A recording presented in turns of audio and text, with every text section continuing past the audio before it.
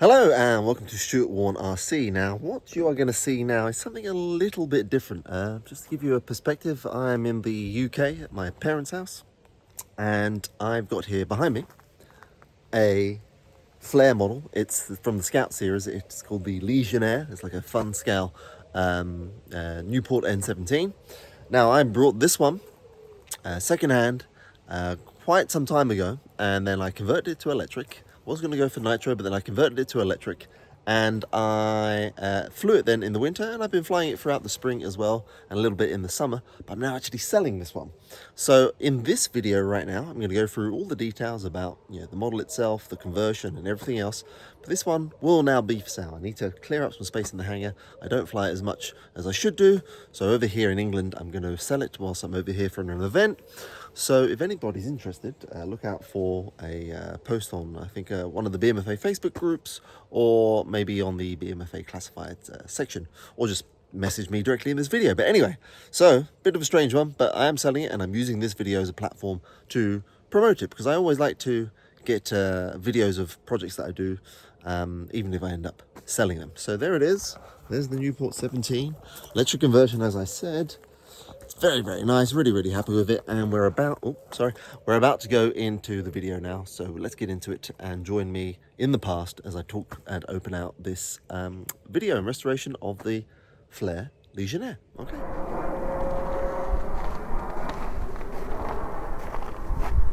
Hello, this is today's subject. Welcome to Stuart Warren RC. I will say it again because I often say it on my videos. It's been a while. And, well, I'll say this again as well. You always know that I never commit to regular content. It's just as and when. And this as and when is a flight review / mini restoration of this little fella you see behind me. This is a Flair. Now, what do they call it? It's not a Newport. It's called a Legionaire. It's just began to snow. Yes, Flair Legionaire. Now, let's get a different angle of this. Let's get it in the... there we go. In somewhat the sunshine. It's just started to snow here. It's January now as I record this. The wind was dead calm, but we've got a front coming in of snow. Hopefully this wind will drop again and I can continue and do some flying of this. But let me tell you about this model. This is the Flair Legionaire, part of the Scout series. As you know, I have the Magnetilla. I have an SE5A that I'm restoring that has now flown. I have a pup that needs fixing up, and I had a Fokker as well. So I've got quite a lot of the range. Now, interestingly, when I brought this, I brought this on a second-hand website here in the Netherlands, and the guy didn't know what it was. He advertised it as a Balsa USA Newport. It is similar size, so I can understand that mistake. But when I got a closer look at it, I saw, because of the strut structure, the way that the wings are attached, and the fact that it had an aluminium cowl, as you will see here, told me in fact that it wasn't Balsa USA, it was in fact a Flair one. So I was even happier with that.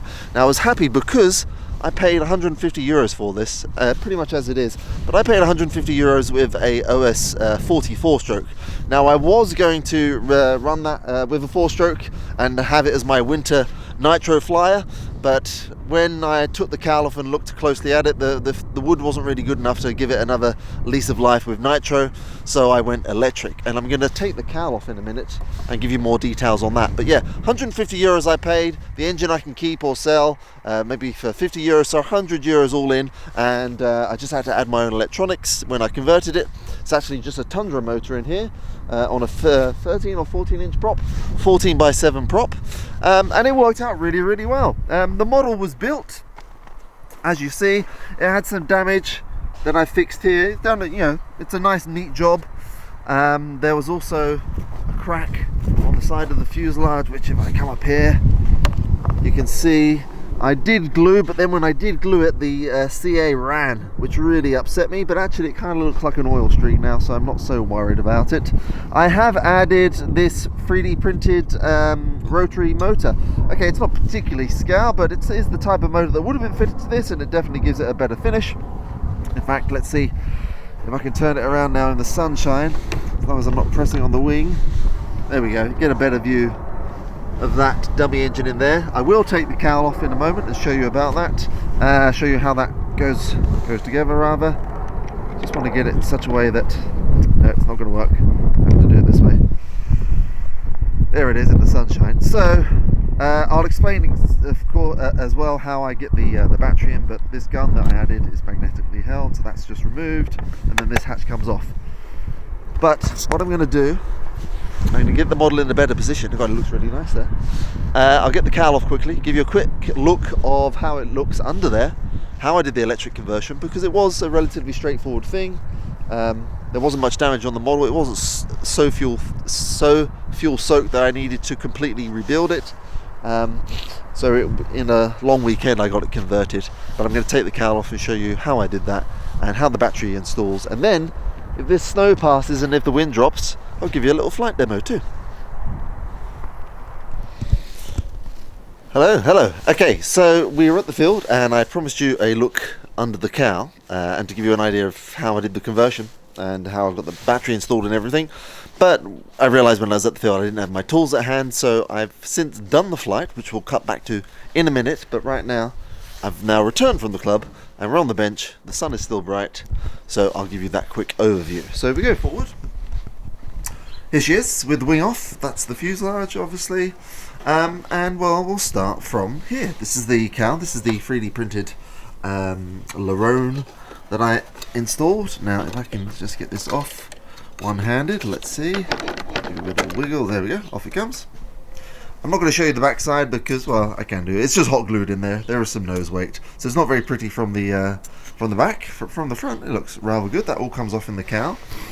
Now what you see here is, I can get a little close up, is the setup that I've got. So like I said, this was I think a Tundra motor, well, I might be wrong. Well, it's a 600 kV, and I thought it was a Tundra, but it could be actually from a H-King Cub or similar such model. But it's a 600 kV motor anyway. 40 amp speed controller that you see on here. Now this contraption that you see here, the battery slides up in there, and I'll show you more of that when I take the hatch off in a moment. Zoom out a little bit more. But this is the original mounting point for the 4-stroke. There was a metal plate on top of this, and then the OS 4-stroke, no, 44-stroke was mounted on those. I utilized some of that to make this plate, but essentially it's just a thick plywood plate, I think 4mm 5 ply plate, and then matched to the thrust lines, and then just the X mount on the back of the motor, just bolted straight on. And that worked out for me very, very well. Let's take, this is a gun that I added. It's just magnetically held. This was the old hatch for access to the fuel tank anyway. Still got this fuel nipple on there, but I use that just as something to grab hold of when I want to pull the hatch up. I've since added magnets to the underside there that you can see, and now we'll get a better look inside. Now to secure the battery just slides up in here. I just use this bit of foam because this is hardwood here, and the battery sits here, and I can just very easily wedge this piece of foam in there, and it's not going anywhere. The bar underneath here keeps the battery in, and this stops it from sliding back and forth. Very, very simple, but it works very, very well. So my battery, a 3300 4S, just slides up in there, and in fact, let me just grab the battery and I'll show you it installed.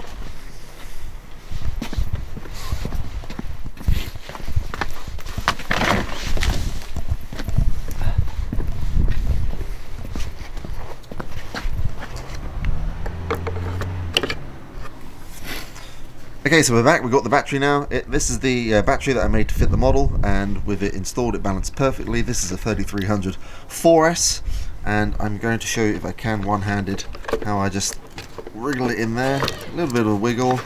It goes up, it mounts up at an angle, but that allows me to get it all the way forward. So I think about there. Now at that point it hits the back of the dummy motor, so I know it can't go any further forward. And then this piece of foam with the arrow on the front and the cutout at the back, put it in like so, slide it, turn it, and then that's it. That's not going anywhere backwards, it's not going up because it can't, and it can't go any further forwards because the cowl is there. Yeah, and so that's about it for the internals and the installation and the conversion. Yeah, it didn't take very long, maybe an evening to do that once I figured it out. Similar setup to what I had on the SE5A, and speed controller there at the front, all the weight forward as much as possible, and the only amount of weight I need is just about 60 grams or so at the bottom of the cowl there. It's a little rough at the back, but you don't see that, but at the front, it's, I think that looks rather good. Well, there you go, it's just loosely on there. So, you've seen the model now. I've explained that I've already fixed up a little bit of damage that was on there, and well, there's nothing left to do now but to cut back to the field from earlier today, and I'll give you a little flight demonstration of this second-hand Flair Legionaire. Okay, bye. Okay, so we are here out the field. Now, what should have happened is that I was going to take the cowl off and show you the under the hood on the bench, but I didn't have my tools here, so what you've probably seen, if I've edited this correctly in my mind, is me back at home with this on the bench and me explaining the motor installation, the conversion, and how the battery installs. So if you've seen all that, great, and now we're back here for the actual flight. So there it is, the Legionaire, as Flair call it. I'm going to hand the camera over to my good friend Andres there. He's going to then record the flight, and wow, there you go, I'll pass it over and keep talking. Thank you. Legionaire is a little tricky on the ground, notoriously so, and it is weird. You have to give it like left and right rudder as you come to take off. There's a bit of wind now. There's lots of snowstorms blowing around, but we'll give you a flight. See how it goes. Okay, set up the camera. Okay. I will try taxiing. It's not going to be very good, but we'll try it anyway. But once it's up in the air, it's really, really nice. But yeah, it's pretty much horrible in terms of ground handling. Although it does land better than the Magnatilla. Does it help that the ground's hard, or does it not make it any better? We'll see. We will see. It's rock hard. It is quite hard, although not as hard as it was last week actually. Oh, okay. Alright, so it's leaving a trail of snow. Let's see if I'm on full. I don't think I can even turn. Come on, turn. Alright, here we go. Slowly. Biggest turning radius ever. Okay, so I think I'm into wind. Yeah. Now, I usually take off standing directly behind it. But yeah, you have to give a little bit of left and a little bit of right. It's a bit squally, but I will get used to it. But that's into wind, so I'm going to take off then. Alright, here we go. Got to concentrate, a little bit of left, a little bit of right. Yeah, immediately as you give left, you then need to give right. Don't know why, I don't know if it's because it's an all-moving rudder. Oh, it looks quite nice there. How's that looking for you, Andrew? Pretty. Very pretty. And it's a shame the sunshine is not with us, because it'll be really glinting nicely. 6 minutes. That's about a quarter throttle. How's that? Lovely. And then I got quite a bit of power on this Tundra motor setup. That's full, and then I kick over the rudder. Nice. But I rarely go full throttle. I just like to cruise around. And once it's in the air, it's flying really, really nice. I never really wanted the Legionaire. It never really appealed to me, but I saw it cheap on Marketplace, which is the second-hand site here in the Netherlands. The airframe was built well. It converted well, and I'm now really happy with it. And I wish I could have done it as nitro, but it just wasn't possible on this airframe, so my puppeteer that I still have, the other Flair biplane design, that will stay in nitro. So yeah, here it is, doing its thing. Can you see the little scarf on the pilot there? It's a bit darkish, but it is a bit dark. It's a shame. It's quite a look at it. Did he make that cowling himself? Was that? No, so all the Flair kits come with these aluminium cowls. It looks really cool. Spun aluminium. They're really, really good. Very scale. Nice. So what part of the sky does it look best in? Well, with the sun in the back, it actually looks kind of cool. Right out here? Around here? No, like the opposite. Oh, the opposite side. Okay, yeah. Let's see. Because when I'm flying this is all I pretty much do. I mean, I could attempt to touch and go. Not the best thing for it. It's definitely not like a puppeteer on the ground. There we go. That looks nice there. Look. With the there we go. Nice. Should I do another pass? Just go. If you go from right to left now and a bit higher. Use a little bit of rudder. There you go. Bring it in. Rudder. Oh yeah, that looks nice. Lovely. Yeah, I like those. That's pretty. I like those French roundels. They're a little bit different. So it's got enough power for stall turns like that. I can do a roll if I really want to. That's on high rate now. Yeah, you gotta really want it. I'm still getting used to the airframe and how it flies. It's a little bit different, but I'll do it. It will loop from level flight. Here you go. That's full power. That's loop. I tried several prop combinations from 12, 13, and then I settled on 14 with this KD. kVs around, I forget, it's whatever the Tundra motor is, but it's working out nicely. That looks nice cruising by. This is on half throttle, just above half throttle. I didn't want more performance than this. That looks nice. Let's do a trench pass. With the dikes here, I'm going to pretend are the trenches. Oh yeah. We're flying low over the trenches in Flounders, is it? I think they called it. There we go. Pretty steady. A little bit higher. A little bit of rudder. Pocket over. Oh, beautiful. Yeah, really, really nice. I mean the trenches of Vlaanderen. Yeah. Yeah. Is that how you say it in Dutch? Vlaanderen, yeah. Okay, but yeah, Flounders, I think. Flounders. No, that's The Simpsons. Flanders. It is Flanders, Flanders. Yeah, it is Flanders, yeah. I believe it. Same as The Simpsons. Right, let's try touch and go. I think if I keep the speed up, it will be okay. Doesn't do much in the way of exciting things in flight. It's pretty much like all the Scouts models, but it does fly nicely. Let's try touch and go. There we go. Well, as long as you keep the speed up, it's not so tricky. That was nice enough. Oh, you see the snow coming off. Yeah, there. I got that. Alright, and up again. Yeah, so all in all, I'm rather pleased with this. 150 euros total. 100 if you don't count the motor that I then took out of it. And it's well built, and now it's electric. It should last a very long time. Let's try a little bit more of what do you call it, like trench flying or dog fighting. So there's a roll there. Great. Bit of a nice loop like that, kind of falling off the top. Yeah. Okay. So I can really get into it in that respect. So I'm going to bring it on a pass towards us. Flair Legionaire, electric powered on 4S. This is a 4S 3,500. Very, very nice. The passes are really pretty. Yeah. Oh, and I don't know if I mentioned it, but it's got a 50 amp speed controller in there. I may have mentioned that in the footage back at the back of my bench.